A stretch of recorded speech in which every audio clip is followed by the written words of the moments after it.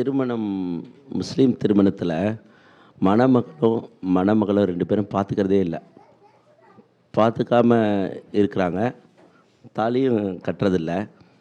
ஒரு identity marriage ஆனவங்கன்னு ஹிந்தியில் பார்த்தீங்கன்னா மெட்டி போட்டிருப்பாங்க, தாலி கட்டியிருப்பாங்க. ஸோ ஒரு ஐடென்டிட்டி, அதாவது 10 கமெண்ட்ஸில் என்ன சொல்கிறாங்கன்னா, ஒன் ஆஃப் த கமெண்ட்ஸு அடுத்தவங்க மனைவியை மனசால் கூட நினைக்கக்கூடாதுங்கிறாங்க. So identification is more important இல்லைங்களா? இதில் ஐடென்டிஃபிகேஷனே இல்லை. மணமக்களும் பார்த்துக்கிறதில்ல, மணமகளும் பார்த்துக்கிறதில்ல. இதுக்கு என்ன விளக்கம் உங்கள் இதில் சொல்கிறோம்? ஐயா அவர்கள் கேட்கிற கேள்வி, முஸ்லீம் திருமணங்களிலே தாலியே கட்டுவதில்லை, ஏன் மாப்பிள்ளையும் பொண்ணை ஒன்றாவே மேடையிலே வைக்கிறதில்லை, நீங்கள் அப்புறம் எப்படி தாலி கட்டுவீங்க என்றெல்லாம் ஒரு கேள்விகள் வருவதை பார்க்கிறோம். முதல்ல தாலின்னா என்ன என்பதை முதலாவதாக நாம் விளங்கி கொள்ள வேண்டும்.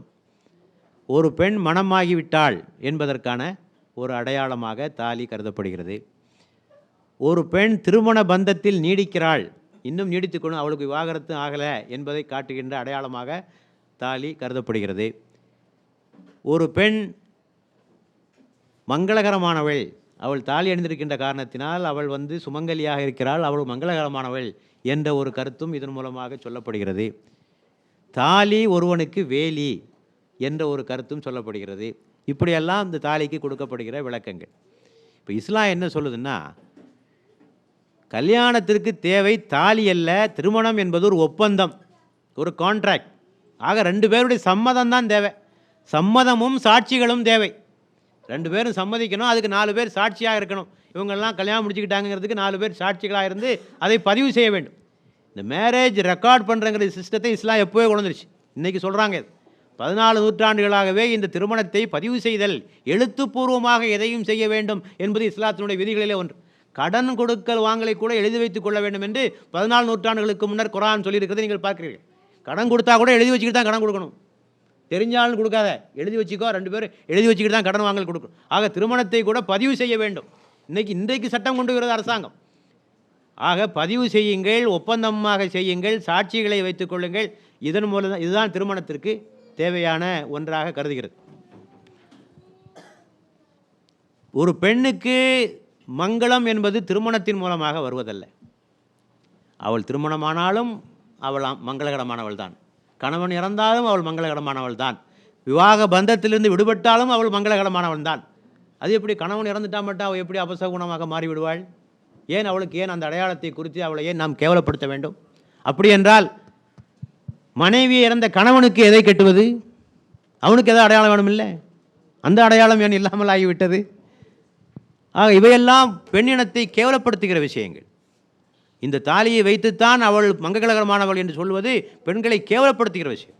எப்போதும் மங்களகரமானவள் தான், நல்லொழுக்கமுடைய பெண்டிராக அவள் இருக்க வேண்டும், அவ்வளோதான். ஒழுக்கமுள்ள பெண்டிராக அவள் இருக்க வேண்டுமே தவிர அவளுக்கு திருமணம் ஆயிற்றா, விவாகரத்து ஆயிற்றா, கணவன் இருக்கிறானா, கணவன் இல்லையா, இதை பற்றி எந்த பிரச்சனையும் கிடையாது. அதே போல் தாலி ஒரு வேலி. எல்லாருக்கும் வேலி வேணுங்க. தாலி கட்டினவங்களுக்கு மட்டும்தான் வேலி இல்லை, எல்லாத்துக்கும் வேலி வேணும்.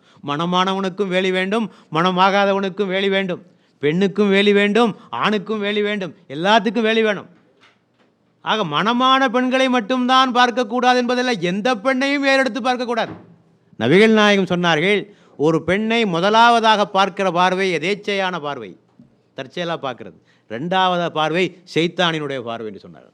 முதல் தடவையாக பார்க்குற முடிஞ்சு போச்சு, அதோட தலையை கீழே போட்டு. பார்வைகளை தாழ்த்தி கொள்ளுங்கள். ஆண்களுக்கும் சொல்லியிருக்கு, பெண்களுக்கும் சொல்லியிருக்கு, பார்வைகளை தாழ்த்தி கொள்ளுங்கள். ஆக ஒரு பார்வையோடு நிறுத்திக்கணும்.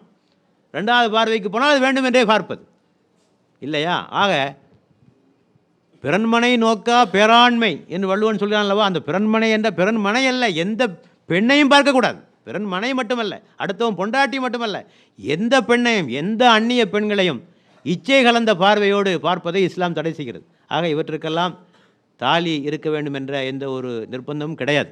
ஆகவே தாலி இல்லாமல் திருமணம் கூடும். இப்போது நீங்கள் கேட்கலாம், சில முஸ்லீம் கல்யாணங்களில் தாலி கட்டுற பழக்கம் சில ஊர்களில் இருக்குது. அது தாலியாக கட்டுவதில்லை, நகையாக கட்டுகிறாள், அவ்வளோதான். நகை தான். நகை என்பதற்கு மேல் அதற்கு எந்த முக்கியத்துவம் தரப்படுவதில்லை. அதையும் பல ஊர்களிலே கணவன் கட்டுவதில்லை. அந்த தாலி கணவனுடைய சொந்தக்காரரோ யாராவது ஒருத்தர் கட்டுவார்கள். ஆகவே இது திருமண பந்தத்தினுடைய அடையாளமாக இந்த தாலி ஒருபோதும் கருதப்படுவதில்லை. சுருக்கமாகவும் எழுதி அனுப்ப வேண்டும். நீண்ட பத்தியை நீங்கள் எழுதினால் எங்களுக்கு சிரமமாக இருக்கும்.